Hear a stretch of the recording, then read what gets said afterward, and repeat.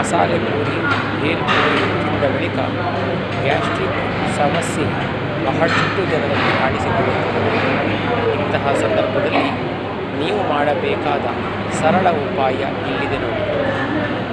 ಮೊದಲನೆಯದಾಗಿ 1 ಗ್ಲಾಸು ಬಿಸಿ ನೀರಿಗೆ ಒಂದು ಸಣ್ಣ ತುಂಡು ಬೆಲ್ಲವನ್ನು ಸೇರಿಸಿ ಕರಗಿಸಿ ಅದನ್ನು ಕುಡಿಯಿರಿ. ಇಲ್ಲದೆ ಹೋದರೆ 1 ಗ್ಲಾಸು ಲಿಂಬೆಹಣ್ಣಿನ ಶರಬತ್ತು ಕುಡಿಯಿರಿ, ಅಥವಾ ಯಾವುದಾದರೂ ಒಂದು ಹಣ್ಣಿನ ರಸವನ್ನು ಸೇವಿಸಿ.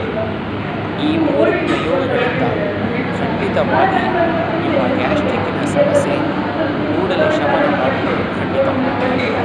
ಮುಂದೊಂದು ದಿವಸ ಭೇಲ್ಪುರಿ, ಮಸಾಲೆ ಪೂರಿ ತಿಂದ ಬಳಿಕ ಗ್ಯಾಸ್ಟ್ರಿಕ್ ಕಾಣಿಸಿಕೊಂಡರೆ ತಪ್ಪದೆ ಹೀಗೆ ಮಾಡಿ.